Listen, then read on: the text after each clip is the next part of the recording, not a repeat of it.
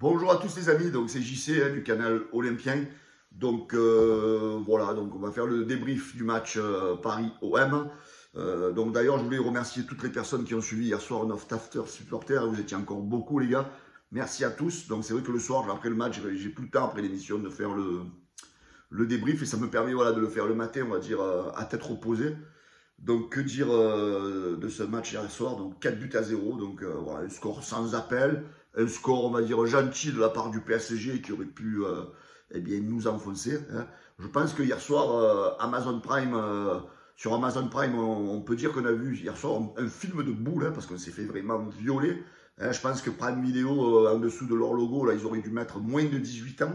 Parce que hier soir, franchement, on a assisté à un film de cul, on peut le dire. Les Parisiens nous ont pris dans tous les sens, hein, malheureusement. Et que dire de tout ça? Donc Pancho Abardonado avait opté pour une défense à 5.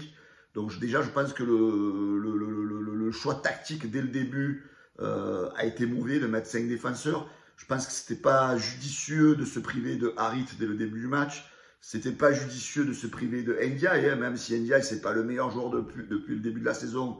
Mais c'est un des seuls avec Harit qui savent dribbler, qui savent faire un peu la différence. Parce que les autres, malheureusement, c'est inerte, ça sert à rien. C'est pour ça que, bon, j'étais un peu déçu du manque d'ambition de Abardonado quand il a fait cette tactique dès le début. Mais en fait, je crois que avec cet effectif, avec les joueurs que l'on a, le profil qu'ils ont, sans hargne, sans agressivité, dans le bon sens du terme, bien sûr, sans caractère, je crois que malheureusement, quel que soit le coach que tu mettes, quel que soit le système que tu mets en place, je crois qu'avec cet effectif-là, cette année, ça va être très compliqué. Et franchement, je suis très inquiet, les amis, parce que là, ça devient vraiment inquiétant. Donc, alors, quand j'entends certains qui commencent à dire c'est à cause du contexte avec les supporters, Longoria, ça n'a rien à voir, les amis. Ça n'a rien à voir. Parce que jusqu'à présent, le classement était faussé. On n'avait rencontré personne. C'est pour ça que l'OM était sur ce positionnement de deuxième, troisième du classement. Parce qu'on n'avait rencontré personne. Dès que tu rencontres des adversaires d'un niveau au-delà, eh ben, tu es inexistant, tu prends une rouste, tu prends une fessée. Voilà. Alors on était contents, hein, on a fait 3-3 à l'Ajax, mais quand tu vois l'Ajax, ce qu'ils sont en train de prendre dans leur championnat, que hier soir ils ont perdu, je crois, 3-0 à domicile, que le match il a été arrêté, je pense, les amis, qu'il faut garder de l'humilité et ne pas amplifier ce match nul. Parce qu'à mon avis, hier soir, en Coupe d'Europe, on est allé faire 3-3 chez une équipe qui est peut-être autant malade que nous, si ce n'est pas plus. Voilà. Donc minimisons ce résultat qu'on a fait du côté de l'Ajax. Mais que dire de ces joueurs là? Que dire de ces joueurs? Voilà, il n'y en a pas un pour relever l'autre. Un niveau pourri. Ils ont été tous dégueulasses. Sans couilles, parce qu'il faut le dire, hein, malheureusement, après on va dire qu'on parle mal. Vous avez, même si c'est pas moi qui le dis, c'est Gigot, hein, c'est Gigot qui le dit dans l'après-match hier, qui dit on a manqué de couilles dans ce match, voilà, c'est ça. Où ça s'est vu que dans un match contre le PSG, un classico, tu prennes ton premier carton à la 70e minute. 70e minute, ça veut dire que tu n'as mis aucun impact, tu les as jamais bousculés. Voilà, je veux dire, qu'est-ce que c'est ce truc-là? On n'a rien proposé, à part une ou deux occasions, la tête de Vitinha sur la tête. Mais sinon, c'est le néant complet. En défense, on a été dégueulasse.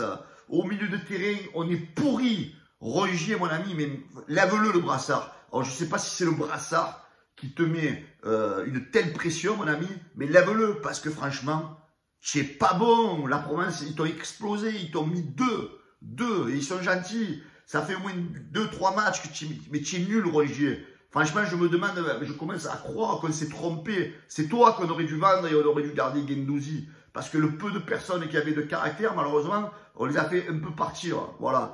Alors, si je parle de toi, Aubameyang, mon ami, tu devrais regarder les matchs de l'année dernière et regarder un peu l'intensité que mettait un Sanchez dans le pressing.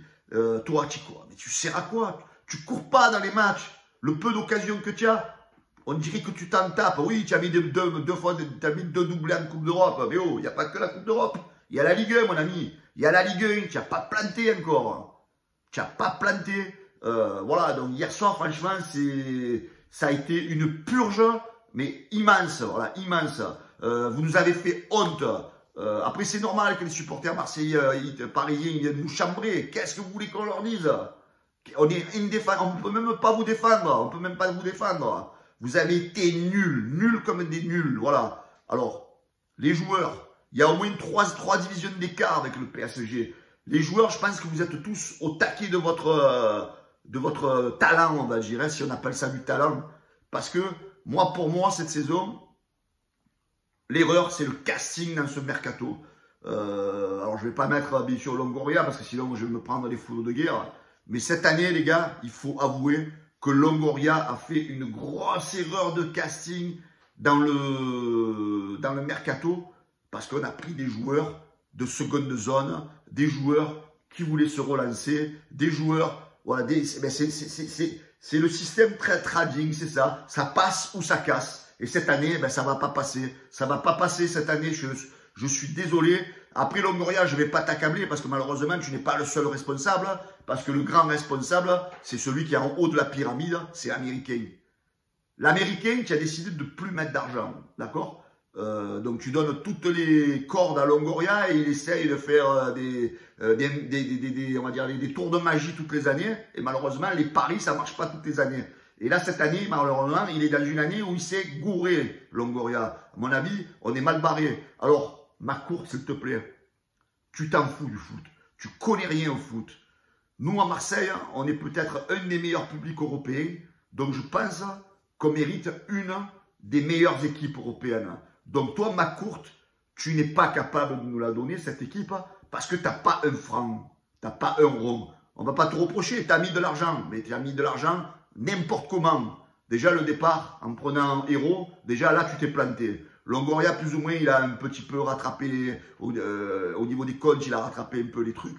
Mais mec, t'as pas d'argent au football, il faut des gens qui ont du pognon. Un club comme l'OM, il doit être racheté par quelqu'un qui a du pognon. Alors, McCourt, s'il te plaît, casse-toi. Casse-toi, parce qu'à Marseille, je t'explique, la cocotte minute, elle est en train de bouillir, de monter. Alors, avant qu'il se passe des choses qui vont pas être agréables à vivre, donc, vends-le ce club. Vends-le ce club. Alors, il paraîtrait, selon certains journalistes, Béziria et compagnie, qu'il y aurait des Saoudiens qui seraient intéressés. Mais vends-le, mon ami, vends-le. Parce que nous, à Marseille, on veut vivre, on veut vibrer. Toi, tu ne nous feras jamais vibrer. Tu nous proposes un club de deuxième zone. Et nous, ça ne nous convient pas en Marseillais.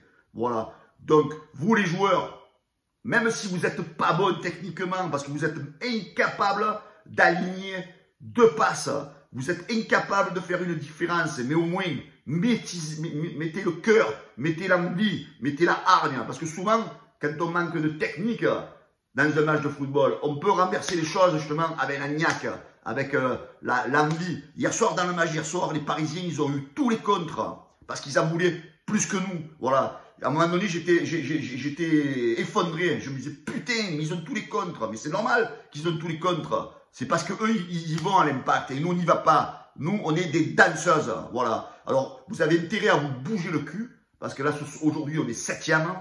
La semaine prochaine, si on perd à Monaco, on va se retrouver dans la 2e partie du classement. Et là, les amis, ça risque de chauffer. Voilà. Alors, les joueurs, bougez-vous le cul. Voilà. Voilà, les amis. Bonne journée. Ciao.